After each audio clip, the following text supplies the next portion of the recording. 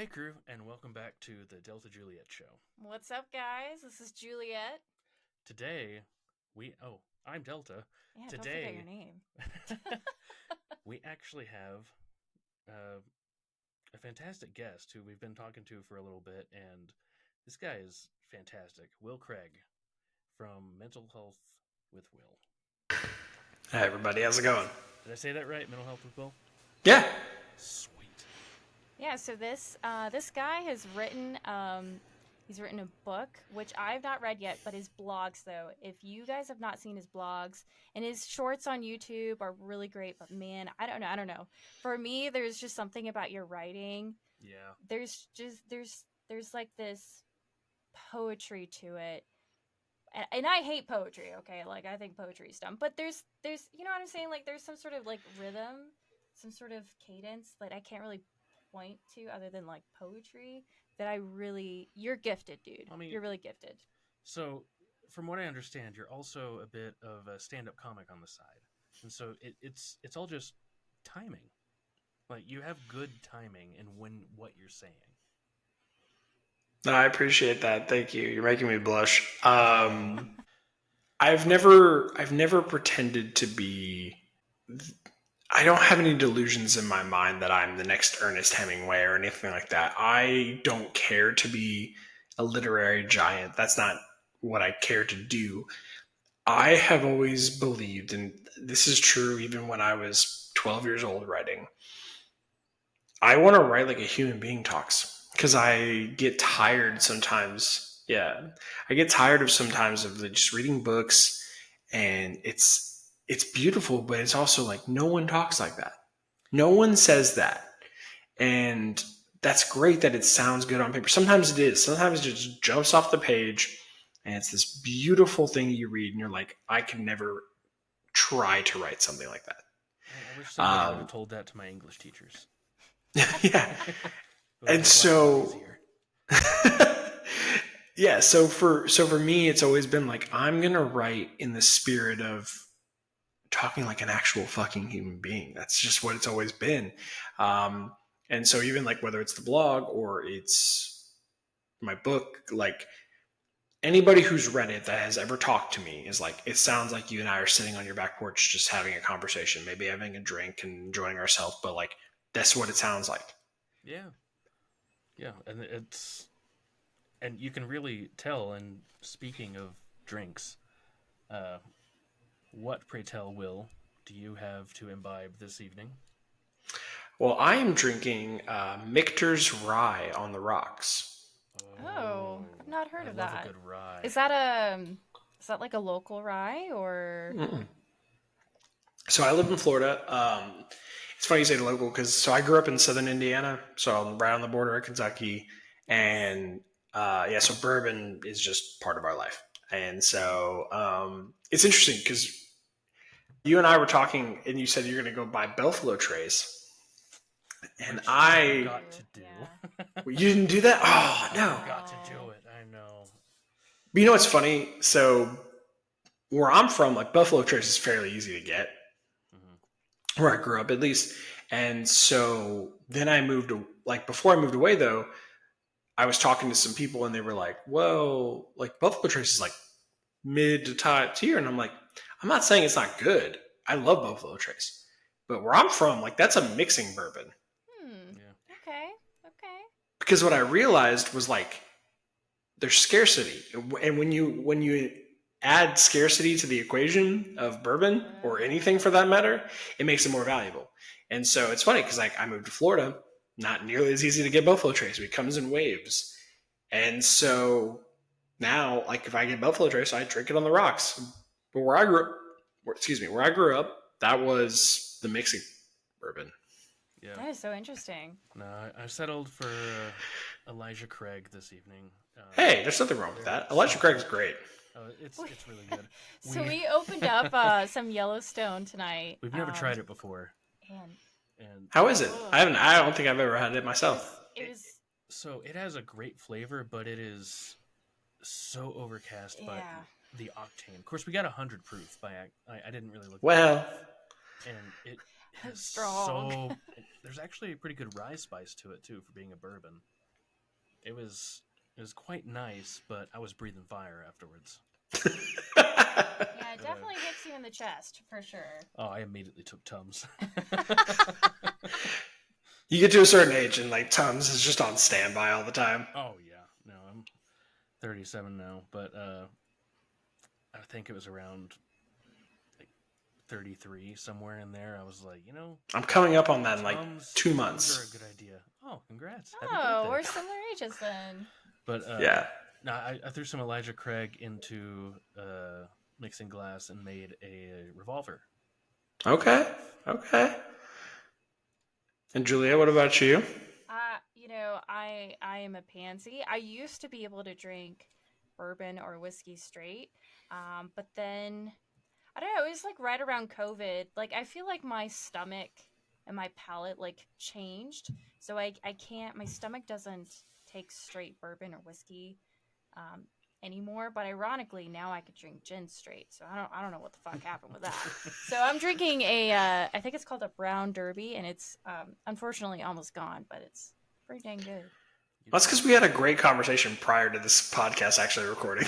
Yeah, sorry guys. We'll try to bring in some of the highlights into this. We would say it would if be we remember for the special people that pay us, but nobody pays us for anything. So you did that so weird, Delta. Like with your finger in your hand, like that's what I do. Creepy. I make things weird. Very creepy. Lean into it. So, Will, what came first? The book or the blog? The blog definitely came first. Okay. Yeah. So when I was going through therapy, and when I say going through it, because I had tried a couple of times, but it never really like clicked for me. Because what I failed to understand was like the active participation you have to make therapy meaningful. Yeah.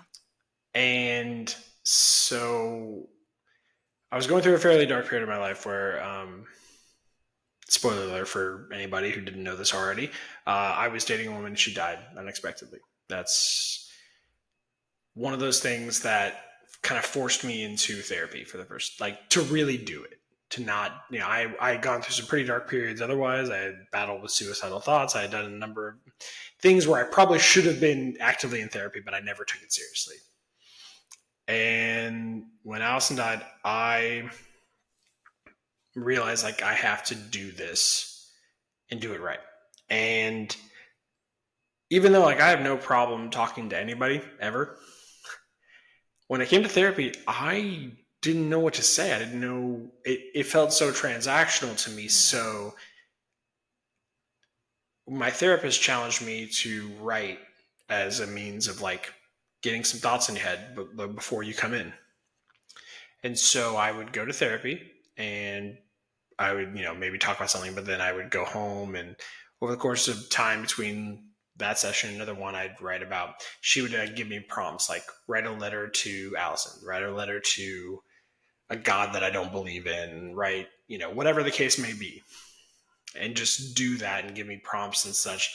And that became a way for me to get thoughts into my head, and whether or not I even did the original prompt or not, it still got me thinking. And then I would come to therapy more meaningfully, and I would have more meaningful conversations, and that led to a great amount of growth that like helped me get to a place where I was okay. Yeah. And then, so the blog then came from that because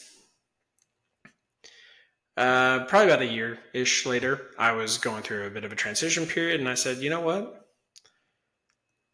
I realized that so much of my suffering in my life, whether it's dealing with grief of someone that you miss because they passed away, or even my prior issues with battling suicidal thoughts and such, I felt so alone. And especially as a man, like we don't, as guys, we don't talk about this shit. We just don't. We bottle it up and we don't deal with it. And so what ends up happening is it can be very isolating to be in those dark places. And so I said, what if I put it out there for the world and talk about things that make me uncomfortable. But if I put it out there, maybe one person, maybe anyone reads that and goes, fuck, I'm not alone anymore. Man, what magic could that be? Yeah, that is kind of how we got here too, is, traumatic events. And Yeah. I mean, when I was younger, I had a violent assault that was of a sexual nature, and I swore right then and there I was never going to be a victim again. But just saying that doesn't make it okay in your head. Right. And so I ignored it for the longest time. In fact, I repressed a lot of it until I went through an event again, not a traumatic event, but something that just brought up the memory, and it just hit me like a train. I was like, "Holy crap! Did that actually happen?" And so from then on out, it's just been like you said, it's an uphill battle, because and thank God for therapists who don't have the one size fits all approach. Yeah.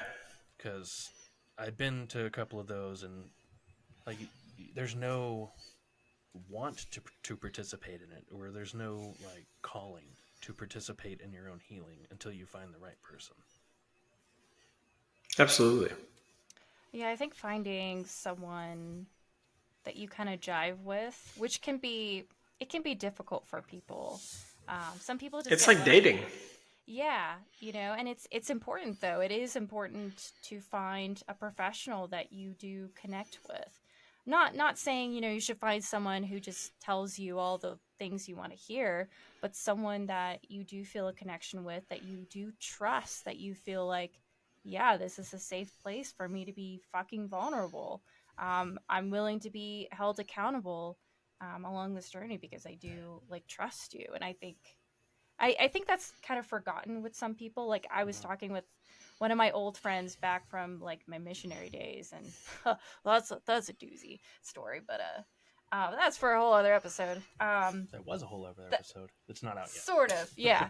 Anyways, but he was just telling me, like he's tried, multiple therapists and whatnot, and he's given up. He's like, this is the condition that I have, and I just got to suck it up. And I'm like, dude, like, I'm really sorry that you've had such a struggle and little success in finding someone that you can just trust and be vulnerable with. Like that breaks my heart. And I mean, Will, you're kind of right. It is rare for men to find themselves in a relationship where they can naturally do that.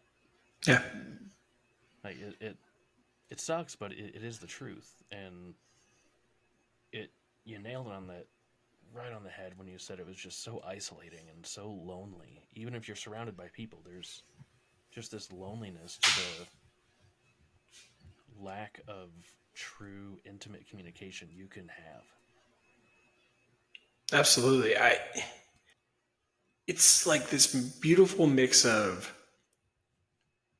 you are expected of certain things in life as a man. Like, hey, you have to be tough, you have to be strong, you have to do all these things. Don't ever show weakness. But yet also you are tasked with accomplishing so many things, and most of which can, like, you're setting unrealistic expectations for yourself. And so this awful thing happens, but it can be beautiful if you can appreciate the value that it is to like share that experience with every other guy you've ever met. Like that to me has been the greatest thing that has come out of me being more outspoken about my mental health struggles. Is if I never make another dime, if I never, if none of this ever amounts to anything bigger than just what it is right now, the coolest thing that has ever happened for me is that, like, the guys that are in my life, my friends, cousins, you name it, the amount of one-on-one conversations that I've had with men in my life who are just like, dude, I had no idea you were going through that. By the way, did you know? And then they start sharing their thing. And that like fuels my core belief in all of this, which is that I believe people want to share. I believe people want deep down to like feel heard and feel understood. but it's so hard to step forward on your own. No pun intended for the name of the book, One Step Forward. That's it. People are so like, that's where that title derives from, is taking that step forward is fucking scary. It's terrifying. Well, ironically, or maybe not ironically, June, when we're filming this is, Men's Mental Health Awareness Month. And, I think from what I've seen on social media, from like certain people that I follow, what's heartbreaking is that a lot of men out there have said, I've tried to be vulnerable, like with people, especially with women, and they get, um, uh, what's the word? They were shunned, they weren't validated in their feelings, and it just made them wanted to go back into their hole even more, and not trust. And that breaks my heart, because as a fellow, like, I see you guys as my brothers. Like, you guys should be supported because I feel supported. Like, we're all human beings, we're all in this life together. We shouldn't be saying, oh well, you suck because of XYZ. Nah, dude, like, we're humans. Like, Yeah, we're all in this boat together. Yeah, it doesn't matter who you are, male, female, straight, gay. If you want to be a dog, be a dog. But we're like you said, we're all in the same boat. We're just rowing on opposite sides. But we're all going in the same direction. Yeah, we should, like, why not help each other out? Yeah, all the more reason to do it together, right? Share our experiences, because you never know. And the issue that I see with people is assuming someone's story based off of what they look like. You have no fucking idea what someone has been through unless you ask the question and get to know them. You don't know what they've been through. You can't just judge someone based off of what they look like. And unfortunately, that's what I've been seeing in a lot of, I really shouldn't be reading the comments. Delta tells me to stop reading comments, but I do. Sometimes I shouldn't engage, but sometimes I do. And well, you love to. I get so passionate to like bring out a discussion. Yes, I love discussion because we should be having discussion. We should. Discussion is one thing, but is it genuinely meaningful to the, like, moving the conversation forward, or is someone just being mean to be mean? And because that's my thing. So, like, being someone like myself who is fairly outspoken on social media, like, weirdly YouTube is the one where I get the most shit.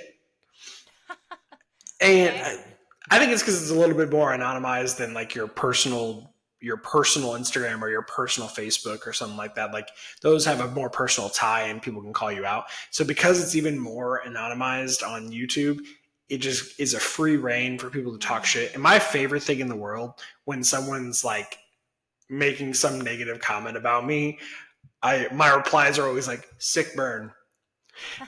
Yes. And then without fail, within seconds of that happening, someone was like, I love how casual he was with that reply. And I was like, yeah, like, that's like, you're not going to beat me because I don't want to beat you. Like, I'm not going to win because I'm better than you. And trust me, I do roast battles for fun. Like, I can do that game. I don't care about it here. You can make fun of me all you want. I know I look silly. I'm okay with it. Yeah. So, roast battles for fun. That kind of leads me into your stand-up. Oh, hell yeah. How much, or I guess, was the starting of a stand-up, was that for mental health, or was that just you've always wanted to do that? Both. Let me explain. Yeah, thanks. So the first time I ever did stand-up comedy, I wasn't even 21 yet, but I was going to a club that was serving 21 and over. They would let me in. At the beginning, it was just like, hey, come in, do your thing, and like leave. But then eventually I got to know everybody and it was cool and no one asked questions. And back in those days, it was like, I think this could be something I do for a living. That'd be fun. And then life got not funny for a while. And it was kind of hard to write material when I was not in the best place. Yeah. And so I kept going, but like, I stopped doing stand-up comedy for years. And then once I had kind of come out of some darker periods of my life, I jumped back into it to kind of get a creative outlet going here and there. And it never really did anything for me, but here and there, why not? And then where I got more serious about it again was, and I say serious loosely because I'll explain that in a second. It was actually my therapist who recommended it to me. Something I love deep down in the pit of who I am as a person is I crave chaos. I need it. Oh my gosh. I need chaos. You get along so well. So I'm talking about. So for me, like I need it more than most things in this world. And if I'm left to my own devices, I will find a way to get chaos in my life. And I've proven that over time and time again. Ask my family anytime you'd like. I will create the chaos. I do not care. And so that's not helpful. That's not constructive. That's not doing anyone any good. If anything, I'm one day going to like be my own demise. Yeah. Until I can find something. So what happened was eventually I started working on myself, doing better with things. And I never really like tamed that beast that was inside me that wanted the chaos. And I got to a place where I'm with my now wife. At the time, she's my fiance. We had moved to Florida. We live 10 minutes from the beach. Like, we had all the, and my day job, like I love my job and happy to be doing what I'm doing. Everything was right. And like financially we were good and like there's no problems, right? There's nothing to give anything to that chaos. And so what was happening was I was waking up in the middle of the night in a cold sweat, having night terrors every single night because I was flashing back to the night that Allison died, and it had been years, and I had dealt with that shit. Yeah. And I'm waking up doing this, and I'm like, what the fuck is happening? I dealt with this. Why are we doing this now? And that pushed me to go back to therapy. And in therapy, that's when I learned about, myself a little bit more and dove. And I'm still with the same therapist today, but we meet up every 6 weeks or so right now. But at the time, once this was happening, it was like, I'm going every week until I figure this out because this is awful. Yeah. I'm getting an average of like 2 hours of sleep a night because I'm terrified of being asleep. Oh, dude. Night terrors are the worst, aren't they? And they are. And so what eventually we kind of like, as we kind of peel back the layers, she's like, oh, you need a place to get out that chaotic energy. I started bartending like I did tonight, and that was kind of a healthy outlet for that. But then stand-up comedy became a thing again for me. But instead, so normally what you're supposed to do in stand-up comedy, you are supposed to work on a set and build that set up, keep doing it over and over again, get really good at it. You got a good 5 minutes. You're really proud of that 5 minutes. It's great. Maybe you can do like an opening for somebody or a feature here and there. And you keep building upon it. And then eventually, like the golden world is like going to Comedy Central or Netflix or wherever and getting to do your set for a big stage. Yeah. I don't do that anymore. I haven't for 2 years, 3 years. What I do is I decide one day, because I'm in a Facebook group and stuff and I know where all the open mics are. I decide the day of an open mic that I'm going to do the open mic. Oh, okay. I would panic so hard. Nice. And not only that, every single time I'm going to do it, I'm going to write new material. So I get off work in my day job, and my wife watches me every time. I text her at like 2 o'clock, and I'm like, I'm doing an open mic at this place tonight. And I will do that. And I will, as soon as I get off work, I will go in our bedroom. I will lock the doors. I will turn on some stand-up comedy special just to like get the creative juices going. And I'm writing. And then whatever I'm writing, that's what I'm going to do tonight. And now I've even taken it a step further and I do like crowd work. Oh, see, that was thought that would be fun. Are there videos of your stand-up? Probably not. I hope not. I mean, maybe. I don't know. I've never by choice. I've had friends ask me like, "Oh, why don't you like record?" I'm like, because I'm not trying to be famous for it. I don't care. Right. Yeah. Like, so I don't think to record it. I don't even tell. My wife doesn't even go half the time. Well, actually, for years I would never let her go. Oh, okay. I don't use the word "let" with my wife ever, except in this context. Like, I would never. I do not have permission to say that about her. But when it comes to this, I was like, this is my thing. I do it on my own. That's my time, and I'm good with it. Please do not come. And because it was like my own world. Okay. And then about a year and a half ago, I let her come for the first time. Aw. I let her and a couple of friends, and then they came, and it was fine. And now she's at a place, but like now when I've been doing crowd work, she's gonna listen to this later and be like, "Yep, you're right." She gets secondhand embarrassment so easy, so especially when it's me because she loves me. And she's like so worried that I'm like gonna bomb. And I'm like, honey, you have to understand, I'm okay with bombing. Like, I do not care. That's part of the process. Like, I don't give a shit. Like, I'm good with that. Bombing is fine. Yeah. And That's expected. I didn't practice this. That's the norm. yeah, good for you for being able to build up that resolve to not give a shit, because a lot of people don't understand not giving a shit it's a discipline. Because at least for me, because I have to actively remind myself or put myself in a situation where I probably should give a shit and don't have to kind of remind myself that, like, I'm never going to see these people again in my life. What does it matter? That's totally true. But It's every ounce of me is like, you fool, you idiot, you're gonna die. it's so easy to like lose sight of that and forget for a second that like the reality is most people that are in this room are never going to see you again. And if they do see you again, what are the odds they remember that? Yeah.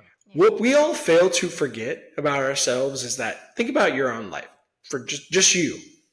You think about yourself a lot, right? Most people do. How would you not? It's you.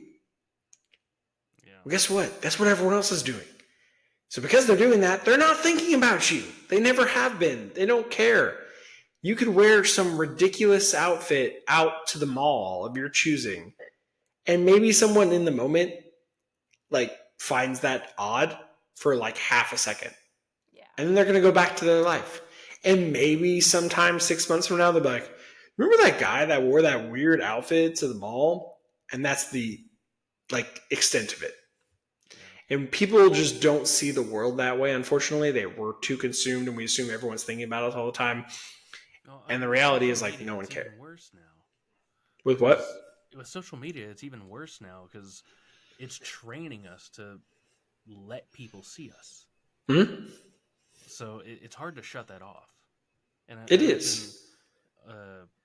Like all the kids these days, that's got to be such a pressure at every moment in their lives to just feel like they're, I don't know, in a documentary or something. Like every moment is filmed, but really it's just people going about their lives. Yeah, I mean, but to be fair, like think about it, like most people on social media are only posting the best moments of their life. They're not posting the worst parts of it. So like I think if people recognize that, that's a huge part of it. But the other thing for me too is like if I had a kid, you brought up like the idea of like kids today growing up with social media. Like so if I had a kid today, like my biggest thing would be I have no delusions that they're gonna be away from social media. Even if I tried to ban it on phones and tablets, like they're gonna find a way to it. Like I work in tech for a living. Like I'm aware they have a way. There's always a way. So me trying to restrict it's never going to actually accomplish anything. Instead, my counter to that would be I'm going to build my kids' self-esteem up so much for themselves and from me to where they won't seek validation from anyone on the internet. That's my answer. That's a good answer. And I mean, that goes for adults too. Like, Yeah. Even adults, like even me today, I kind of realized, I caught myself a while back, like a couple months ago, that, of all these, influencers that I was following, and just like, if they happen to be women, like if they were just drop dead gorgeous, or makeup was perfect and I'm like shit with makeup, and I'm like, man, like how do I find ways, like how do I make like my makeup look like theirs and like flawless? And I kind of realized, like, that's probably all filters. It probably is, and I need to just embrace this is who I am, and just accept that this is me, and I don't need to like wear makeup every time on. Fucking fantastic. So, well, he's biased. I'm not, and you are fucking fantastic. And like that's the thing. Like, welcome, but like it's the reality of the situation, and like, and more. I think most people's goal is how do I get the most people to like me, right? Yeah. Whether it's for your attractiveness or it's personality or your mind or whatever the case may be. We're all so focused on how do I get the most? How do I get the most views on my social media post? How do I get the most likes? Whatever the case may be, right? Right here. Yeah. Yep. And I get it. I get it. Especially if you're like, for you all, you're doing this podcast, like you're trying to get this to grow to something, right? Like there's a natural nature for that. My challenge to anyone in that situation is to go, do I want to grow for the sake of growing, or do I want to do it in spirit of the right people to watch my shit? Fucking man. We've literally had this conversation a couple times. We have, and I am very guilty, shamefully so, of every now and then being like, hey, how okay are you with your butt being on the internet? And I'm like, I don't want to wear things. I don't want to pose myself. And you're right. Like, because every now and then I do get caught up in like, well, we gotta grow. That's how if I want to be able to do blah, blah, blah. But then I realize that's not growing doesn't mean helping people. Yeah, exactly. And we're in this to help people. Thank you. Yes. Like every now and then I have moments of clarity. I'm not always an idiot. Yes, I mean, it is yes, sex does sell, unfortunately. It does. Unless you're all about that thing. But like for us, I'm like, that's not what Delta+Juliet is all about. No, not It's at all. about, like, come with us on our adventures. Let us be vulnerable. Let us be comfortable with what we're vulnerable with. Let's be real. We don't share it 100%. We share like maybe like 70% of it. If you are sharing everything with someone, you need to be careful with who that is. Because, yes. I mean, there's a lot of people out there that are, just skin deep friends. Yes, surface level friends. There we go. You surface can't level. trust with anything deeper, because they will. Excuse me. They will use that against you, and we have seen that. But yeah, I told Delta, I'm like, look, I know how tempting this is. Yeah. I know we've gotten likes from like a certain risque pose every now and then. One, I'm not comfortable with it. It's not me. And two, that's not what our platform is for. Yeah. And I, thank you for the validation, Will. I appreciate it. I've since grown out of that. Yes, it's true. When we first started. Yeah, when we first started, it was, because a lot of it was me just trying to figure out, okay, how do we do this? How do we hack the algorithm? Yeah, but then I realized, fuck the algorithm. If people if people gain, I don't know, what's the word I'm looking for? If that's what it takes to win, then I don't want to win. Yeah. That's definitely it. Because I mean, deep down, we are not that people. Those people. we are not that people. Yeah, exactly. But, yeah, I mean, because think about it like this: like the way it made sense to me, and I'll explain my version of what you're describing in a second. But like the way it all made sense to me was, what if I did win, but the way that I don't want to win? How would I feel about that?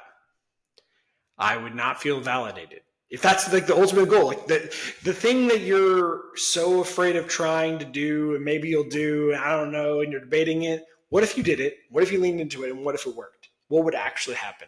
I would be mortified. That's the way, and you would feel invalidated. You wouldn't feel good to win that way. You would be like, cool, I won, but at what cost? Yeah, So if everybody will pretend I said that, that'd be great. Because he said it way better. And so, like my version of that, I'm not hot that way. So, like, I'm not going to win with the risque picks because that's just, I'm not that person and I'm okay with that. So, for me, my version of that is like what I see on social media is like taking like the Andrew Tate mythology is like, I'm going to say the most outlandish shit ever. And you're either going to love it or you're going to hate it. And either way, I'm going to get comments like you wouldn't believe. And guess what? That's going to grow my following. Yeah. Yeah. That's like, because again, I'm not the conventionally hot guy. So like, I'm not going to win that way. So the other way for me to win is to do that. I absolutely fucking refuse that. I'm not saying that like there won't be people who have a problem with what I say. Like that can be true. But I'm not going out of my way to be controversial just for the sake of being controversial. Like that's not who I am. It's not who I will ever be. I'm not saying people won't find controversy in things I say, but like I'm not doing it for that reason. I'm doing it because I believe it with my whole chest. And it's funny you brought up like stand-up comedy because like that's actually one of my favorite parts of it. People in comedy talk about cancel culture all the time, like, oh, the state of comedy is ruined now because people are getting canceled. No, the rules have never changed, and they're never going to change. No, like to me, it's as simple as this. Anyone can say whatever the fuck they want, however the fuck they want to say it. The comma is you have to do it in a way that's artistic and funny. Yeah. You being controversial and then but like with a bad joke. And then blaming it, oh, it's on cancel culture, these woke kids. I'm sorry. No, the joke just wasn't good. There are plenty of... Anthony Jeselnik is a bastard when it comes to like the things he says. But you've never heard anyone ever try to cancel him. You know why? Because that dude is funny, period. Yeah. And so it doesn't matter. It has never mattered and it will never matter. But if you don't write a good joke... but it's controversial, and you're like, well, people just don't like my controversial stuff. No, I'm sorry. You just did write a good joke. And so the same is true for any other form of art. Be good. Be undeniable. And it won't matter. Yeah, that's an interesting take. I've never heard that. But yeah, I mean, not wrong. I've just always been under the thought that, as far as cancel culture goes, you can only be canceled when you stop. True. Even if they try and stop you and you keep doing stuff, you may not. I mean, like you said, controversy sells. Like Matt Rife, who's like maybe last year went through his whole thing with his domestic violence joke, which was kind of funny. Said like, they've tried to cancel me. I've never sold out so many shows. Yeah. And one of my favorite quotes from him is not even on his stand-up stuff. He went on the Jordan Peterson podcast, and Jordan Peterson's like, so you get canceled, and you come here to try and fix that? And he goes, oh, no, I'm hoping to make it way worse. Yeah. I mean, like, that... His example is the best one I can think of. And actually, by the way, like, Matt Rife is actually one of my favorite examples of a different thing, which is people assume certain things happen overnight. Because like with him, it felt like it was very overnight. Except if you talk to anyone in the comedy circle, that dude has been grinding since he was like 14. Yeah. Wow. Like he's been going to open mics and working his ass off. Yeah. To try to get to this point where he is now. And it feels like it's overnight success because he still was like for all those like a decade of worth of experience and he was still never that famous. But then one clip went viral and then all of a sudden he was. All it takes. Well, isn't that kind of like the journey of healing? Right. Healing from trauma. You grind, and then all of a sudden you kind of look back and you're like, oh shit, yeah, I've made some progress.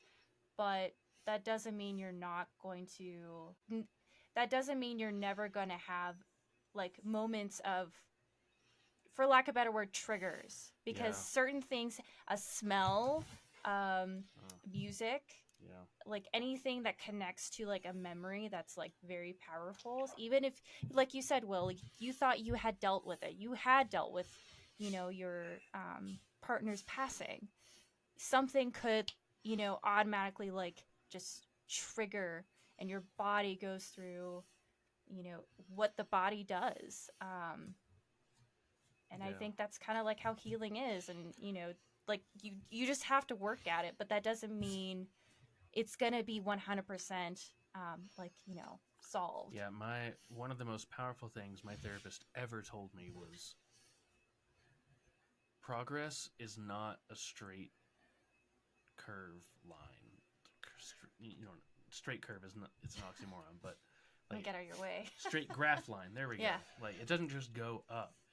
It's like you gave a 2-year-old a crayon and they just scribble all over like, it's going to be different colors. It's going to be up, down, side to side. There might be a smiley face in there. I don't know. They're probably going to, it could be a dragon. You don't know, but it's all up and down. And as long as you're working at it, that's the good thing, because if you're really putting in the work, no matter how bad it gets again, if you're making progress, your new bad is never going to be as bad as your old bad was. I like that.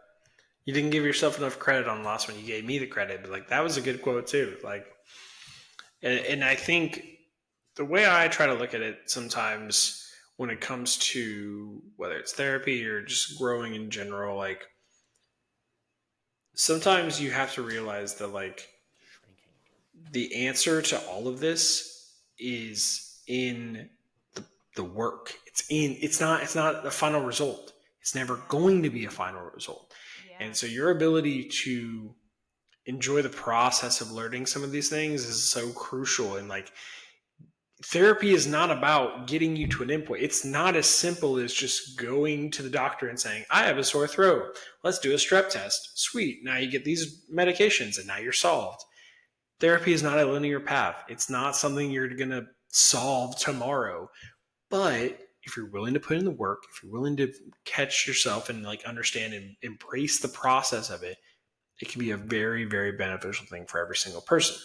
Yeah.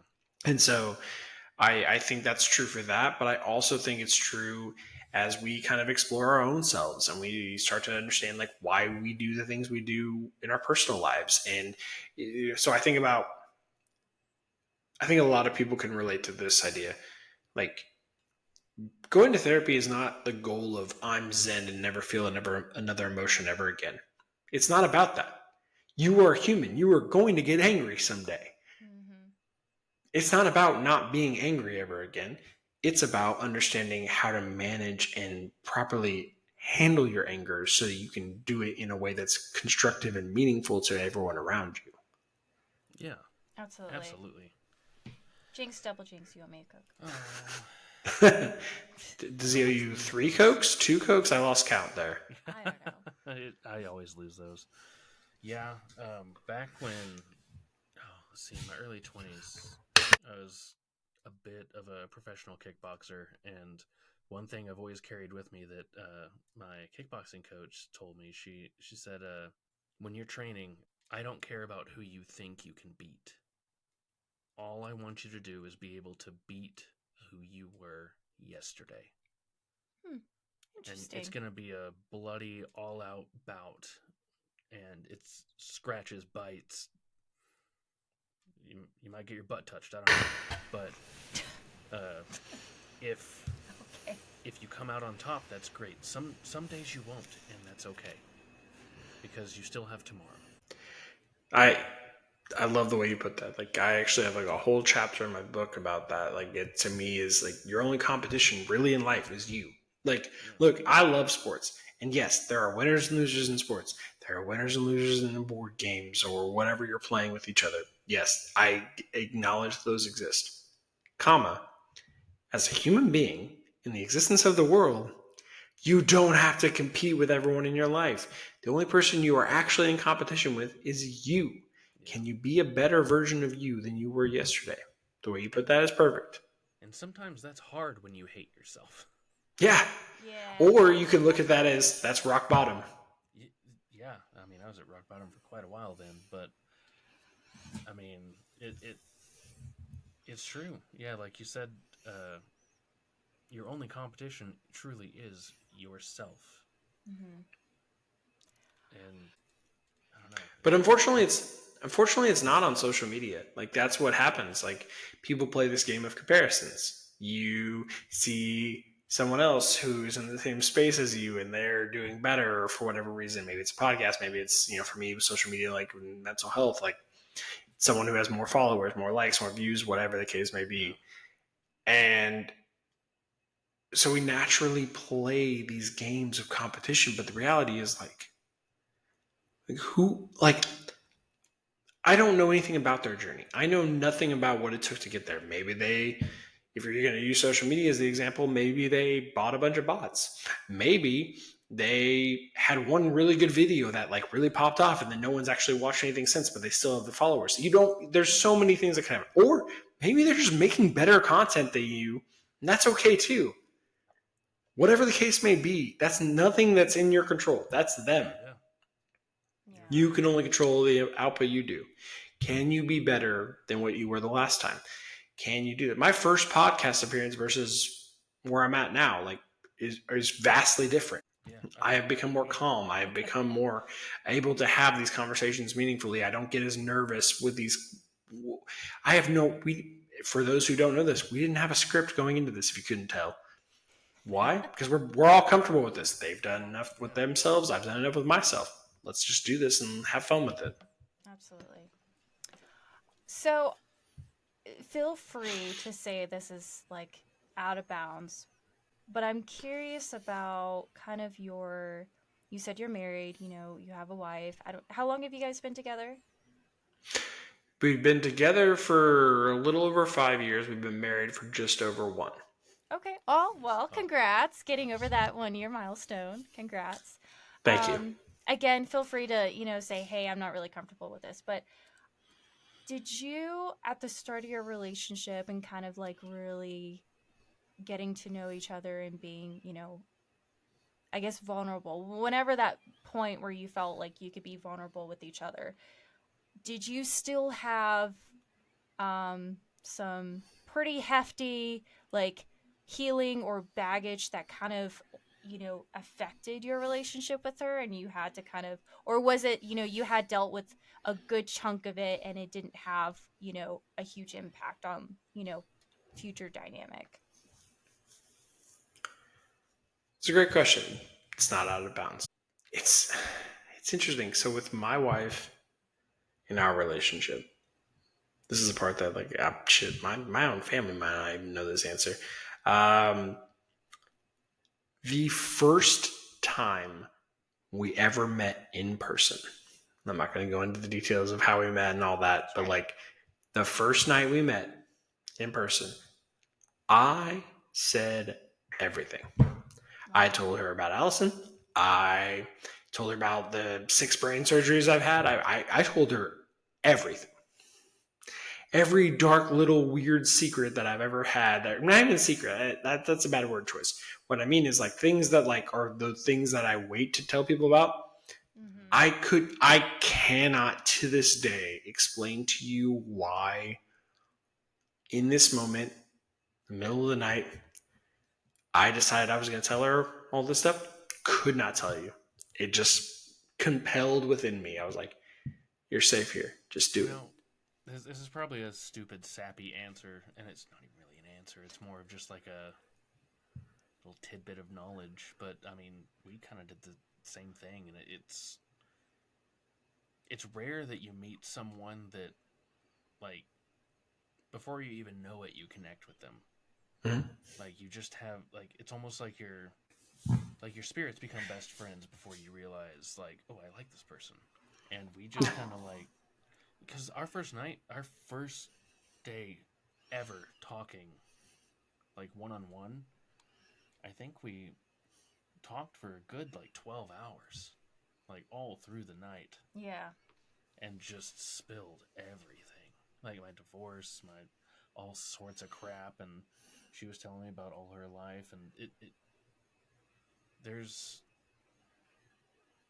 especially for those who have been hurt and been through trauma, you can understand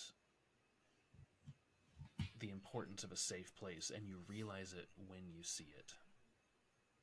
Hands down, because your guard is always up, but for some reason, some people touch you and your guard is, you can relax. That must be it, because I have no idea, but because it was so weird. Like, let's just take the Allison part of the equation for a second. Like, the idea that I was in a relationship with someone for about a year and then they passed away unexpectedly. Like, for better or worse, most people, when you have a relationship end, there's a clear period on that. Like, we had a conversation, we had a fight, whatever the case may be, and it is no longer done. I didn't get to have that with this person. Yeah. I'm so sorry. I didn't get to do that. I didn't get to have that big fight. It just was over by none of our accord. Like, that's how it was. And that's a really, really weird thing to experience as a human, and then have to explain that to another person that you might potentially like. Like, when do you bring that up?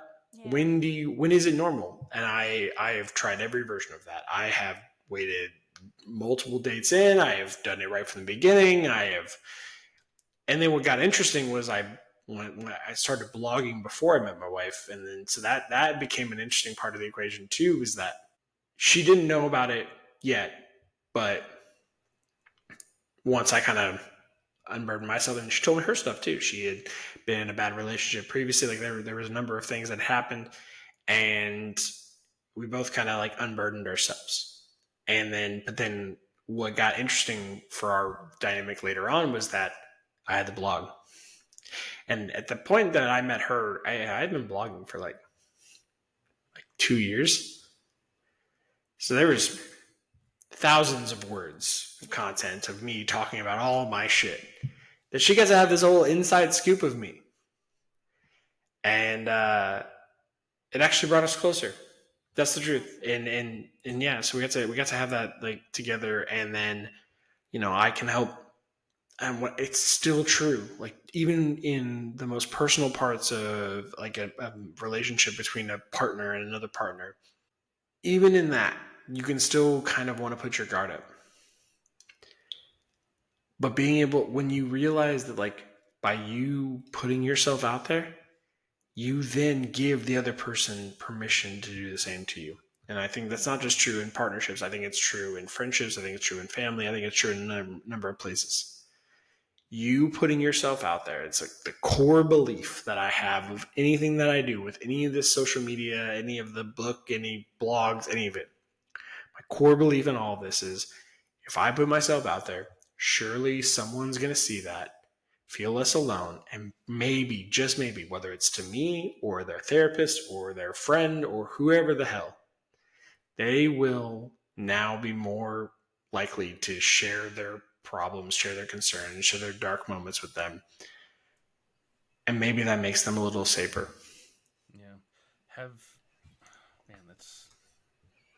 Yeah.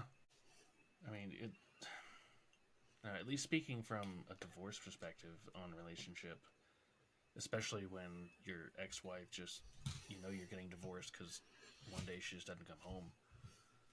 Like, the trust aspect of that for a new relationship is hard to navigate. And you're right. That was interesting.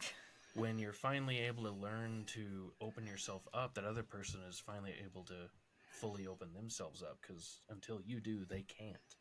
Yeah. And that's a hard thing to understand for somebody whose like natural tendency is to protect themselves. Yeah, and like, you may even have some reactions or responses to certain situations in a relationship. Like, I know there were times that Delta didn't want me to he wasn't comfortable with me going out with my coworkers on a work trip and having just a single beer.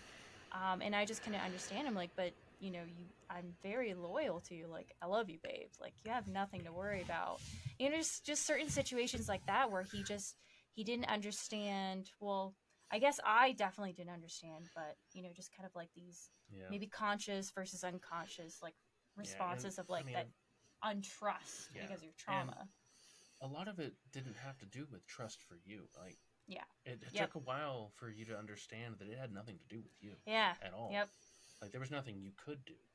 It's just me getting through my own shit. Yeah, you had your own insecurity playing a part in this equation that had nothing to do with I have found that to be true in most people I know in their life. Like when it comes down to like things like trust and a partnership, so much of it comes back to it's not about I don't trust you, the individual. I don't trust I I don't trust anyone. yeah. Trust you, It's also but most of that is feeding on the fact that you deep down wonder, are you worthy of the person that you're with in the beginning, or one day are they going to realize that like they can do better, and someone better will come along that night when they go out for a drink when you're not there. She is one beer away from wising up. Exactly. Yeah. So yeah. Oh, I have said that to my wife on a number of occasions. I'm waiting for you to realize that you could do so much better than I'll ever do. She's going to listen to this now and slap me for that, and I'm okay with that. Because I am getting better with that. But like that's what it comes back to. Like any of that stuff, like we think it's about, oh, it's maybe our passion. I'm not saying like obviously if you have someone in your life cheat on you, like that's a really hard thing to overcome in your life.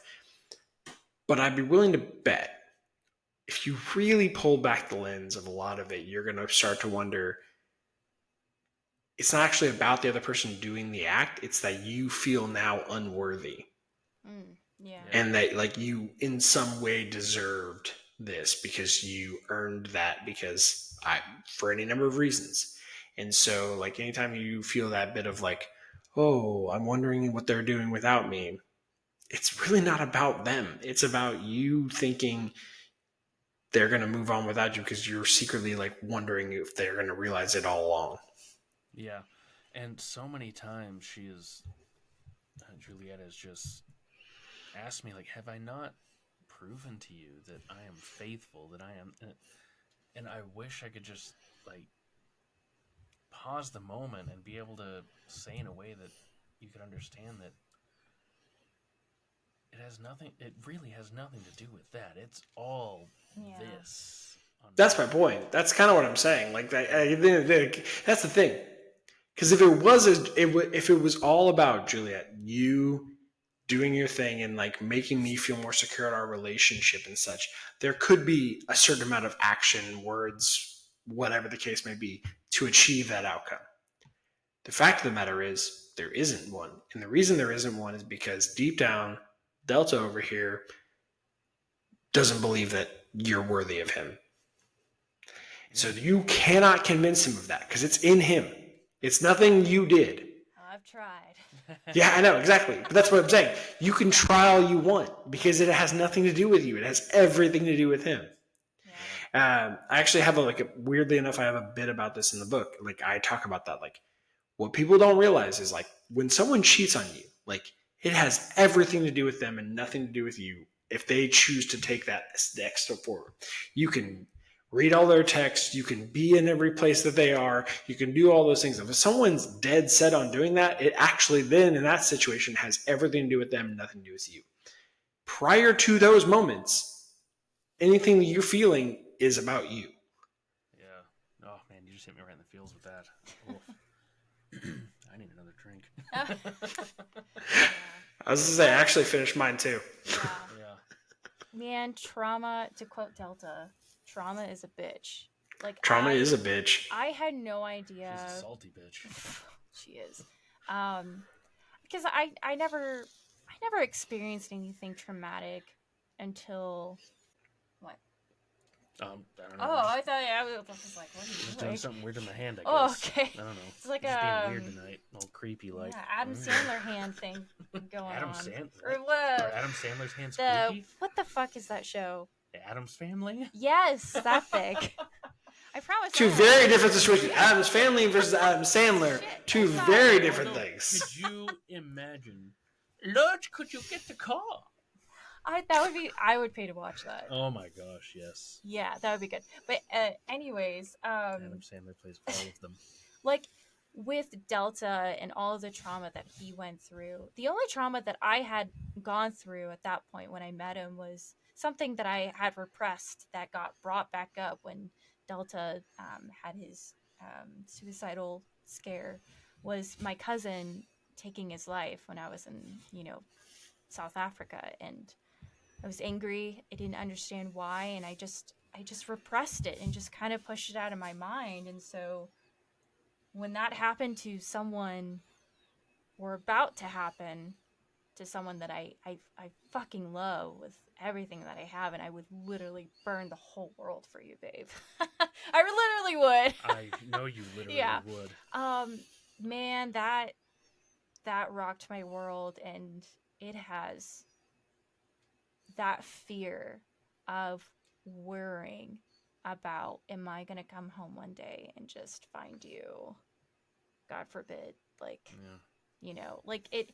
And it's something I've been trying to I feel like I've gotten better, but it's still, that fear is still there. Then it's still that trauma that I now have, and just, your trauma and how that's affected our relationship, and us trying to figure out, like, how do we have a healthier dynamic? How do we have boundaries with each other? It's been a ride. Yeah, I just never thought I would struggle really with anything hardcore until... Yeah, because it took us a while to learn that your spouse cannot be your sounding board for all of your deep-seated insecurities or problems, or whatever you want to call them, because that weighs on them. Yes, you can tell them. You should tell them, but I mean, you can't come to them every single thought, because that gives them their own weight. Yeah, and I'm a fixer, so yeah, especially if they're a fixer. tend to want to take Delta's heartache, and I want to take it from him, because I don't want him to feel like that. He shouldn't. You're a fucking awesome person. And don't get me wrong. I'm not saying don't have these conversations with your spouse, because you should, and they love you. They are going to want to help you, but there's a certain point where they just can't help you because you don't know how to help yourself at that moment, and that's the part that eats at them. Because I mean, how could it not? It eats at you. So I mean, that's why counseling is so great, or at least having someone outside the home that you can confide in, because I mean, if you're both bogged down with that same weight, there's no one to carry the other. And that, we learned that's a dangerous place to be in a relationship. Yeah. So I was just, I kind of going back to my, like, way earlier question was, I was just curious about, if you guys had ever experienced that in your relationship, or, if you guys were kind of already in, like, a pretty healthy state, or if, you had some past that kind of bled into, your relationship. So that's the whole reason why I kind of asked that question, because I was just curious. No, it's really interesting, and thank you both for sharing that, because that's insight that, like, doesn't normally happen on a podcast setting, is like a couple getting to share both sides of that, right? Yeah. For my side, and my wife's not here to defend herself, so I can make fun of her. I'm just kidding. I'm kidding. Now, one part of there's a couple different things you touched on. So one part of it is, for us, is we incorporated a long time ago. Do you want to vent, or do you want to problem solve? As part of our, like, regular ritual of, like, when one of us comes to the other with a problem, do you want to vent, or do you want to problem solve? I'm happy to do either. She's happy to do either. But let's set the expectation right from the beginning. Like, if you just want to vent, because I do that with my day job all the time. I have things come up in my day job that, like, she's never going to be able to really help me problem solve, and I don't need her to. I just need to, like, bitch about it for a second and get it off my chest so I can go deal with it in a constructive way. And she's happy to be that person. Same with her. She has stuff at her job that I'm never going to understand, never even going to try to help with. We're in two very different worlds in our careers, and I wouldn't even try to. But sometimes she just needs to, like, get it off her chest so that she can go deal with it. I'm happy to do that. But sometimes it's like, hey, I need help figuring out where to go from here. Okay, cool. Let's talk about that and let's go deeper with that. So that's one general like actionable item that I think everyone can take on with their life. Yeah, Not just with your partner, but also like friends. Yeah, we have had to learn that lesson a couple of times because for a while, and then I mean, we're at some level everybody's a bit of an idiot, so we kind of forget. Yeah, but like Juliet, like you said, like you're a person who like wants to like take everything away, but like sometimes like that's not the outcome that's gonna really get anything done, and that's where the second thing I wanted to talk about was that like to me, unfortunately, when someone's in the dark place, like, and this is so fucking hard to say because I get it.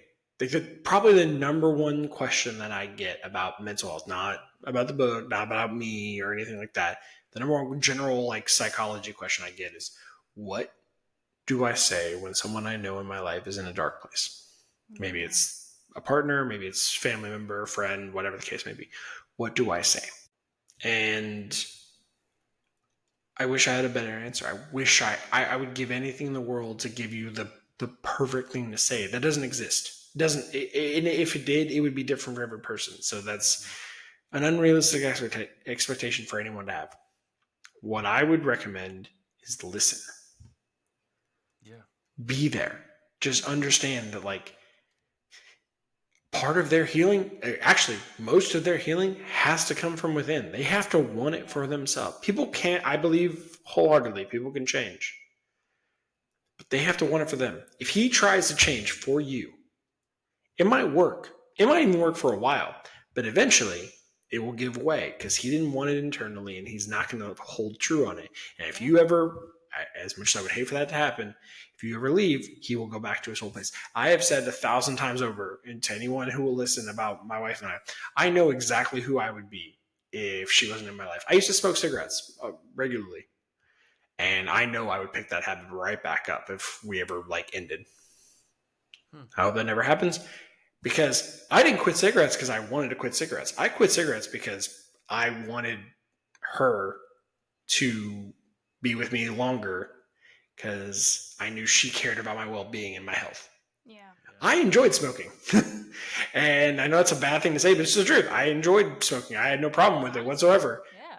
But I changed for her. So I know that has nothing to do with me. It has everything to do with her. And so I know for a fact, the second, if we were to ever not work out, I will go back to that habit because it was never about me. It was about her. Yeah.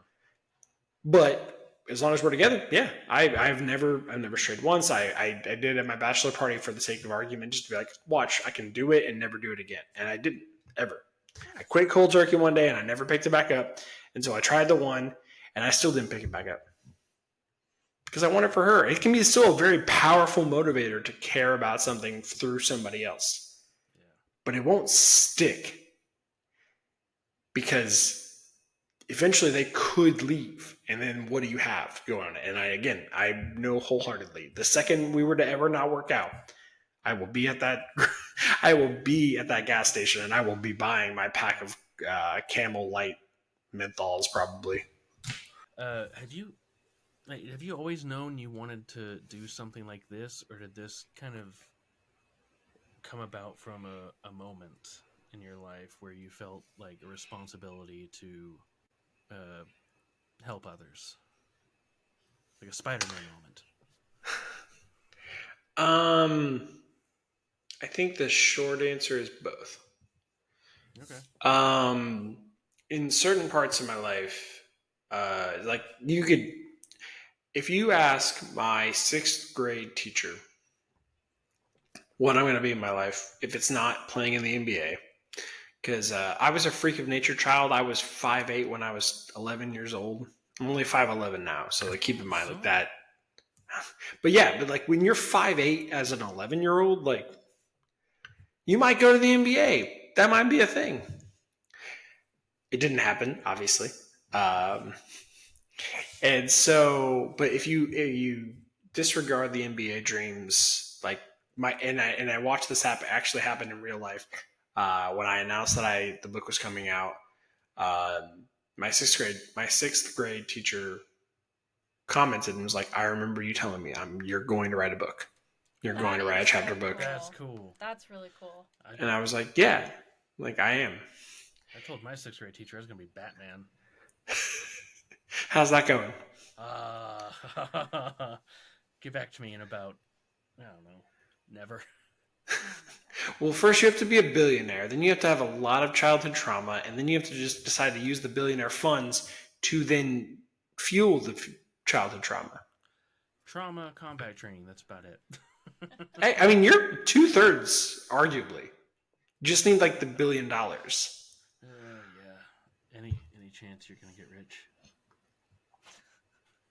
I was just thinking, like, man, like this time he'll be the sugar daddy. I don't like that. Well, who came up with that? Like, we always joke that I'm the sugar mama, which I am, but still, like, who came up with like those? Like, why does that have to be sugar? Like, what we're talking about? Like, we're not seasoning anything. What we're talking about? The candy granny.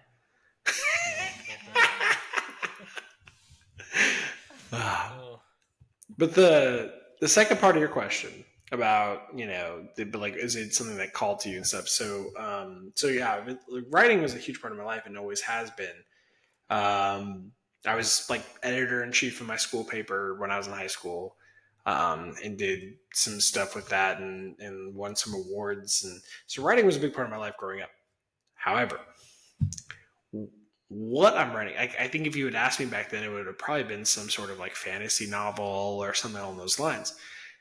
What I choose to write about now, that felt, I don't necessarily like the word calling. I don't know that, like, nothing divine spoke to me. It wasn't like that. I believe somewhere inside of most people, there's, I don't know if it's a gene or a hormone or what, but like people feel shame.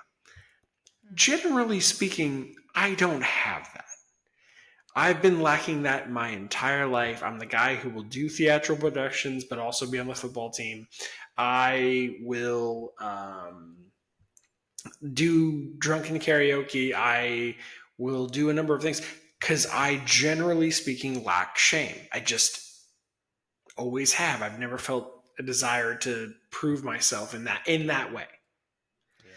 Yeah. Doesn't mean I'm not incapable of it. I'm definitely insecure, just like anybody else, but it's very, very specific for me. Yeah, we can each other because she is forever telling me that I have no shame, that I will do anything. No. Right, and so you combine those two things. A deep desire to love to write, and then you have someone who generally lacks shame, and then someone who's been through a bit of a mental health journey, and just kind of my canon event. You're talking about the Spider-Man terms, like my Uncle Ben dying was Allison dying, because that actually forced me to take therapy seriously. But I would argue that most of my mental health journey really started much earlier, dealing with some personal things with, I had some health issues when I was in high school, and through that had a lot of belief that deep down I had to be extraordinary to deserve anyone's love. Aww. Yeah. And I was never going to meet that outcome. It was never going to happen. And so that led to a lot of unrealistic expectations, which then led me to some darker periods of my life when I was in my early to mid-20s. And that's where I was battling suicidal thoughts and a number of things. But again, I never really dealt with any of that. I just kind of was like, hey, I'm now back to being a functioning member of society thanks to the fact that my dad showed up unannounced one day, and now I'm living in my parents' house. But like, I have a job and I have friends and it's fine. And they, by the way, I want to be very clear. My parents wanted me to go to therapy, and I tried once or twice, but I just didn't give a shit about it. Yeah. I never put any real effort into it. And then, so my Spider-Man canon event, Uncle Ben dying, was when Allison died, because like I realized, I remember sitting there with my grandfather and my grandmother. I remember sitting there with them. And then at a different time with my grandfather and my dad, like just sitting there. And these are, my grandfather's a very stoic guy. Mm-hmm. But I remember him. I remember him looking at me, and he was like, "Son, you're not supposed to know how to deal with this." Mm. Wow. Oof. And this is a guy, like, if I said the word therapy, and I'm not judging him, he's just not from that era of life. It's like, therapy, what does that even mean? Yeah. But he looked at me and was like, you're not supposed to know how to deal with this. Yeah. And once I understood that, it became this thing of like, I have to deal with this shit. Even my grandfather is telling me, like, go talk to someone because you need to. And so once you put that into the equation, it becomes this thing of, all right, well, let's go. Let's dive into this, figure out what this is all about. And so you combine those two things, combine a person that's on a mission of self-discovery, but then you also combine that with someone who generally lacks shame. What's going to come of it? You're probably going to talk about your feelings openly. Yeah. Yeah. I love that. That's really cool. Yeah. So what was the process like of not just writing a book, but writing a book about like all your, I mean, maybe successes, but just also terrible moments? Like, was there ever any pause of like, what the fuck am I doing and why the fuck am I doing this? Not so much that. Not so much the why am I doing it? I knew the whole time. I think that actually is like the most important part. Like, you need to know why you're doing it. You can't just be writing a book just for the sake of doing it. You need to, it is, my book's not even that long in the grand scheme of like novels that exist in this world. But like that took something pages. 96 pages. Okay, yeah. 96 pages. I Like, saw that and I was like, I could read that. yeah, it's very approachable in that way. But that's my point. Like, that's not even that long in the grand scheme of life. And that still took everything I had for 6 months to get to a finished product. And that's before I wrote, rough draft and so many other things like that led, not to mention the years I spent blogging prior to that to like get up the courage to like put together enough words to write a book. Because there's only like probably 100 words between the blog and that are equal. Like, that I wrote in the blog that I copied and pasted and put in the book. Everything else is brand new. Nice. And so I think you have to be mission driven to do something like that. Because like, it got to a point where at first I was kind of like lackadaisical about it, the same way I am about the blog, where like I just decide I'm writing one day and then I realize like I'm not getting anywhere with this, and like I have a goal that I'm trying to reach. And so it literally became a job. It was, all right, from 9 to 5, I'm doing my day job. From 5 to 7, I'm with my wife and we're eating and we're enjoying ourselves.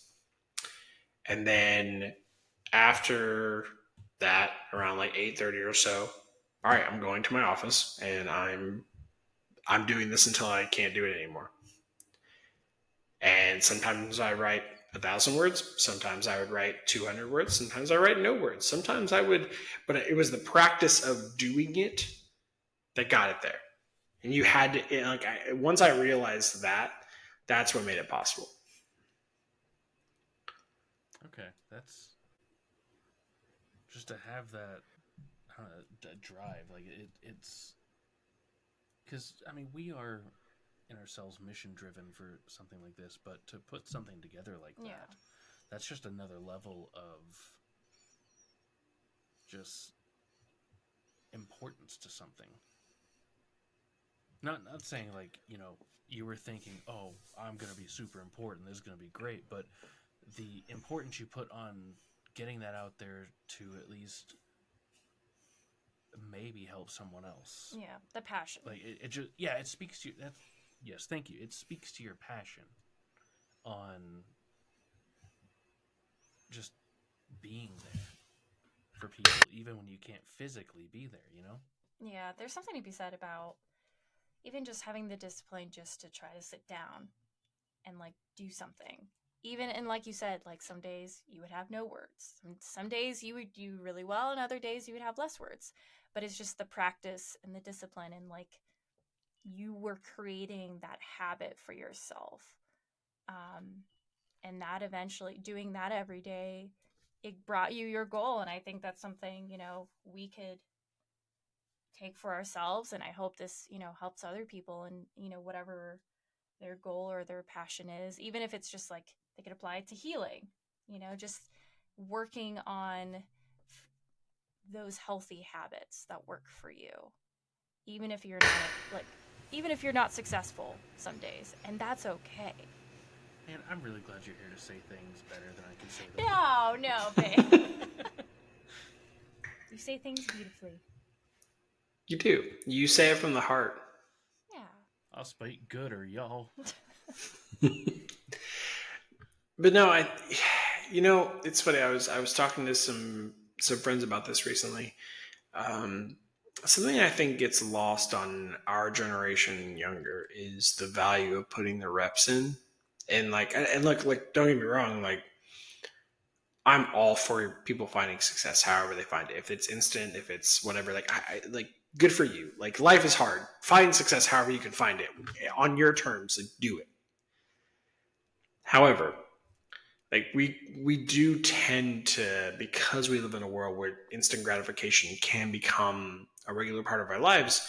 I mean, if you want a good meal, you can have it delivered to your door today. You want, and I'm not blaming anyone for that. Like, we made life easier for a reason. Like, if you asked our ancestors about like life today, and they were comparing, and they're like, "Wait, you have air conditioning? What do you mean? What is that? Why would you ever go outside?" Yeah. That's what would happen. So I don't blame anybody for like leaning into like the easy parts of life, but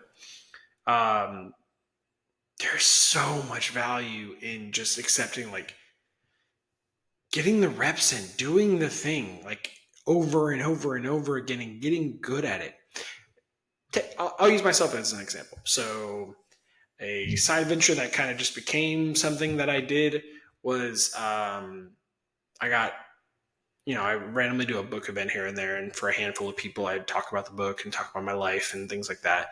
And then I got asked to come speak at a company, and they offered to pay me to do that. Nice. And I was like, "Wait a minute, you want to pay me? What? To talk?" and keep in mind, like, I should explain, I did public speaking competitions in high school. Like, I'm very well versed in public speaking in that way, but still, no one's ever paid me to do that. Yeah. It was wild. It was a wildest experience. Like, to be offered that. Like, and I'm a person that believes everything's negotiable. Yet I didn't. I was like, "Thank you so much. I'm so happy. Thank you so much." Oh, I'd be terrified. And exactly. It added. And like I said, I'm someone with no shame and all that. But now I have all these expectations of like, well, I have to be worth the money now. Shit. And so it becomes this thing.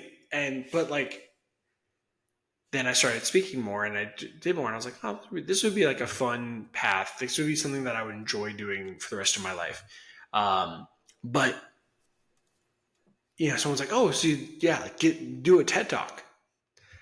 If someone gave me a TED Talk a year ago, like, and just threw that at me, like, yeah, of course I would jump on the opportunity. You should definitely do that. However, do I think I'm more equipped now to do that? Yes. Mm-hmm. And do I think I'll be more equipped in a year from now to do that? Absolutely. And I think there's something to be said for putting the reps in to get yourself good enough so that when the opportunity presents itself, it's not just luck. Yes, luck plays a part. If you deny luck being part of your life, you're not self-aware, and I have a problem with that. But there's also something to be said for being prepared and ready, so when luck strikes, you're able to actually capitalize on it. Yeah.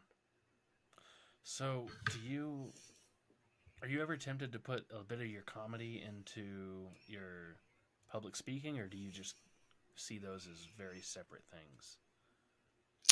I think the part of me that walks up there with no shame is carried with me every step of the way, no matter what, because so much of my speech is talking about the dark parts of my life, going into further detail and stuff. And I think that part I will carry with me always. As far as adding the humor to it, it depends. It depends on the circumstance. Depends on the situation. What's being asked of me. I think there's a place for it. I think there's always a place for humor. I don't care, even if it's dark. There's still a place for humor. Yeah. I mean, have you ever heard the old adage of the formula for comedy is tragedy plus time? Yep. Okay. Yeah, go to any You great believe in stand-up it? comics history and ask them about it deeply enough. There usually something fucked up happened at some point in time. I always And wondered if that's true in other people's lives, because, I mean, that's how I get through a lot of my shit, is I just... you laugh. Yeah, most people don't think I take anything seriously, but, I mean, I can take things seriously and laugh. Yeah, I think it's a really important part of the equation is like being able to laugh, being able to understand it. But like, not everyone sees the world that way, and that's okay too. Like, not everyone's gonna find everything funny, but some people do, and that's okay too. I think you can definitely like. So again, speaking from my own experience, like I definitely lean on self-deprecation in my stand-up comedy today. I lean on self-deprecation deeply. And my wife hates that. Understandably so, because she doesn't want to see me talk bad about myself. But I do. Same with us. I'm always just like, if it's a joke at my expense. Yeah. And I think there's a healthy dose of that that's important for everyone. However, it can definitely also be a crutch. Yeah. And so I think understanding that for yourself too is like, are you just leaning into it because it's a healthy crutch that you have, but like it's deep down rooted in some other stuff? Or are you actually dealing with your shit? Yeah. The first time I got back on a stand-up comedy stage, it had been 3+ years since I've been on stage, and I did it at actually like an actual like not even like a bar or like a brewery or something. I did it like at an actual comedy stage, Side Splitters. You can go on any number of places and find clips of people talking about it. And I did an open mic there one night. My wife was out of town because I purposely chose it when she was out of town, and I did it, and. And I did it, but I worked it into the bit that I was like if things didn't go well, I was like, well, I'm writing that as a note for my therapist later, and just to try to get a laugh out of it. Yep. And like I was leaning into it. Nice. That's fine by itself. But if you are so hateful on yourself and you actually believe most of what you're saying, that's something maybe you want to explore in therapy. Yeah. Yeah. Agreed. I think I don't know. I think with most things, maybe all things, the extreme of either side of the equation, if you're not able to laugh at yourself and you always take yourself seriously, that's not healthy. But like what you were saying, well, when you believe in what's the word? Believe in the jokes that you tell about yourself, like that's not healthy either. There's that healthy balance. It's hard. I struggle with that. No, it is. It is incredibly hard. Like I don't pretend to have the formula to it. Like I do the best I can with what I have. I think it's incredibly important for my growth to be able to make fun of myself, but I also admit that like I'm not perfect at it, and like definitely do I lean too hard on it? Probably. And my wife will be the first one to tell you that I am. Like I think some people say I'm my own worst critic, and they say it, but they don't like. I don't think they're as mean about it as they intend to. Like I'm mean. I'm vicious about myself. I truly am my own worst critic. Like you cannot possibly say a worse thing that I've not thought in my own head. Yeah. And that's the part that I have to deal with in therapy. That's the part that I have to explore with like someone who's trained in that, because like no other human being is going to be able to help me with that unless someone that has training with it. Yeah. Agreed. And so that's what I work on and deal with. And so my levels to this are eventually getting to a place where like it's truly all jokes and none of it is ever like I actually believe. Yeah, that's well, for what it's worth, I think you're the bee's knees. I appreciate that. Thank you. Oh, brother, it has been an absolute pleasure to be able to talk to you. We are pretty much out of time for like our general audience because they have the same attention span as me. So, if not shorter. I mean, you. That's fair. oh yeah, me, yeah. But thank you so much for just being willing to just come on here and, share some vulnerable things about yourself. And I love the fact that we were still able to laugh about some things. And I think that's always important, like having that's some healthy. laughter. Yeah. It is. To me, that's what it's all about. Is whatever. I mean, not whatever gets you through life. I mean, yes, do whatever it takes, but at the same time, enjoy your journey, even if it's in the suck. Yeah. Life is going to suck sometimes. It just is. And keep in mind, like if you were laughing the whole way through and you are never actually dealing with anything, that's a problem. But if you can't find a moment to laugh here and there, even in the dark parts, like how in the world are you ever going to get through it? I can't even imagine. What's the point? Crazy. But Will, where can people find you? Yes. So as far as the book's concerned, it's called One Step Forward, Ideally in the Right Direction. It's available on Amazon. If you have Kindle Unlimited, it is also available there. Outside of that, I'm on every social media platform you can think of. Generally speaking, if you search Mental Health with Will, you're going to be able to find me, whether it's with underscores or not. But like generally, you'll find me pretty quick. And my blog is called The Battle You Know Not, and it's on WordPress. And it's really good, guys. It's so good. I started reading it just for some research and just found myself just kept going. And I am very dyslexic. So if I read something, it's worth reading. But man, this has been fantastic. It's so great to meet kindred spirits along the way. Mm-hmm. Because so much of mental health can feel isolating, but in reality, none of us are alone in this. No, we're not. None of us are alone, but in every single thing, I don't care if you're dealing with anxiety, depression, you name it, like the whole purpose of any of those things is to make you feel alone in your battle. If it's anxiety, it's convincing you that the world's going to fall apart around you. If it's depression, it's no one's ever going to be as sad as you and you deserve to feel this sad. But the second you bring others in, you share the weight, you share the darkness with other people, that's when you realize it's never as scary as you ever made it out to in your mind. And so the sooner we can all accept that about each other, the sooner we can all start healing. And that starts with each of us being able to take a step forward, say, this is what's going on in my life. Not only will other people be brought into your world, but you can be brought into theirs and you can help each other out. True community brings healing. And that's exactly what we're all about. And if you're out there alone and you need someone to talk to, just reach out to us. You can reach us on Instagram. You can reach us at our email that is on Instagram, or it's just delta.julietadventure@gmail.com. Send us your questions. Send us, even if you have just a little tidbit of information that you think will help somebody, we will read it. And we will probably learn something from it. But stay out there, stay curious, keep searching, and always remember, adventure is healing. Bye, guys. Bye.